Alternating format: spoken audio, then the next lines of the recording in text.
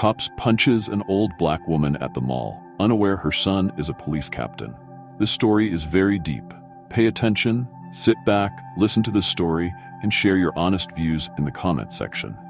What if you were an elderly woman just leaving a mall after picking up a gift for your grandson, and out of nowhere, someone punched you?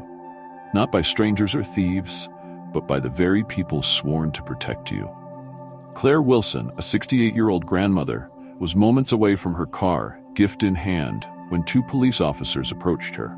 At first, she thought they were there to help, but within seconds, everything turned dark. They didn't see a woman struggling with groceries. They saw someone who didn't belong. "Hey, you! What are you doing here?" barked Officer Matthews, his voice thick with hostility. His partner, Officer Davis, stepped closer, his eyes scanning Claire like she was a criminal in disguise. Claire's heart pounded in her chest, confusion washing over her. Why were they targeting her? She had done nothing wrong.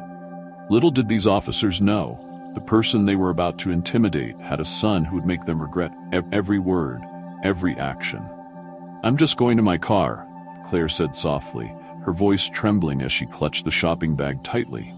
Her knees were already weak, but now they wobbled in fear. But Matthews wasn't satisfied. "Let's see what you've got in there," he snapped, lunging for the bag. Claire jerked back in shock. "It's just a gift for my grandson. I haven't done anything wrong."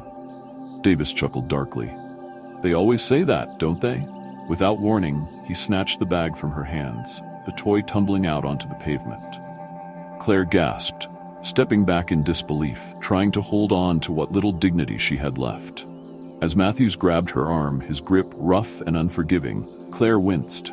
"You need to come with us for questioning. People like you. We don't just let you roam around here." Tears welled up in Claire's eyes as she tried to pull free, her old bones protesting every rough tug. "Please, I didn't do anything." Her cries went unanswered as Matthews twisted her arms behind her back, cuffing her with a brutality that shocked onlookers. Claire's frail body crumpled under the pressure, her knees hitting the cold pavement. As people passed by, some slowed down, watching from a distance, phones raised, recording, but no one stepped in to help. It was happening again, another moment of unchecked power, another act of racism unfolding in broad daylight.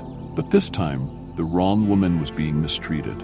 Just as the officers prepared to haul Claire into their patrol car, a commanding voice cut through the chaos. "Excuse me, what do you think you're doing?" Both officers froze, their heads snapping in the direction of the voice.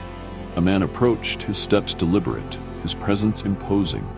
"We're handling a situation here," Matthews snapped, trying to maintain his authority. "Move along." But the man didn't move. He got closer, locking eyes with Matthews.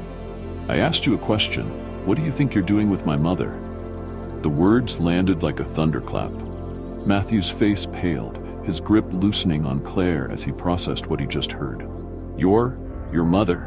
Captain Marcus Wilson stepped forward, his face stone cold, flashing his police badge. "That's right, Captain Marcus Wilson, Internal Affairs."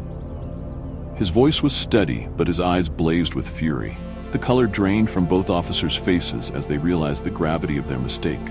Davis took a nervous step back, his voice trembling. We didn't know she was your mother, sir. We thought she was." Marcus cut him off, his tone sharp and unforgiving. "You thought she was what? A threat? A criminal? What, because she's a black woman shopping in this mall?" His voice grew louder, more intense. "That's my mother you just threw to the ground."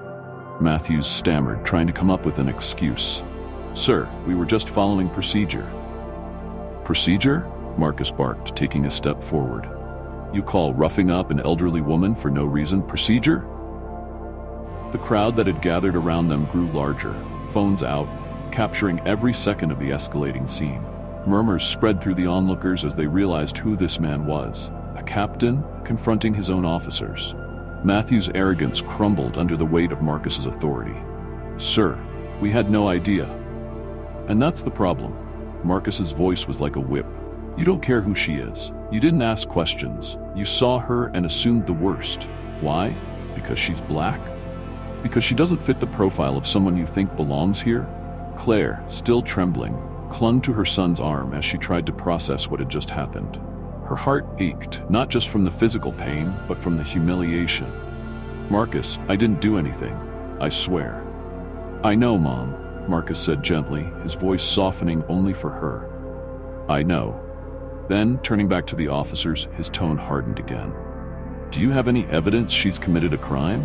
Did you witness anything? Or did you just decide she looked suspicious because she didn't fit into your narrow view of who should be shopping in this mall?"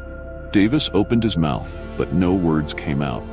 The silence spoke volumes. "This is going on record," Marcus said, his voice low and dangerous. "I'm filing a full report on both of you. Your careers are over. You abused your power today, and now you'll face the consequences."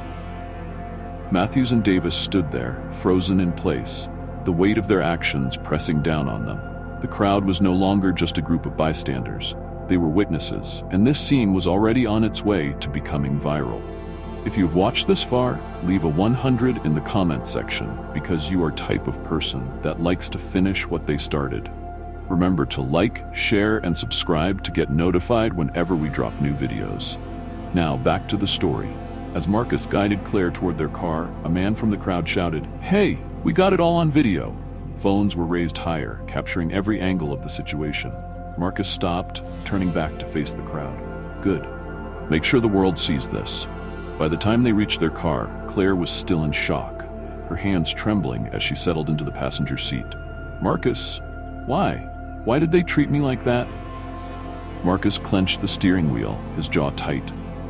"Because, Mom, there's still people in this world who think they can treat us like we don't belong. But today, they messed with the wrong woman." As they drove away, Claire stared out the window, her heart heavy. She had never imagined something like this could happen to her, and yet it had. The pain of it lingered in her chest, but so did the pride. Her son had stood up for her in a way she would never forget, and as the videos of the incident spread online, a new chapter began. Matthews and Davis would face disciplinary action. Their faces and actions would be plastered across every screen, their racism exposed for the world to see. There would be no hiding behind their badges. For Marcus, this was just the beginning. This fight wasn't just for his mother.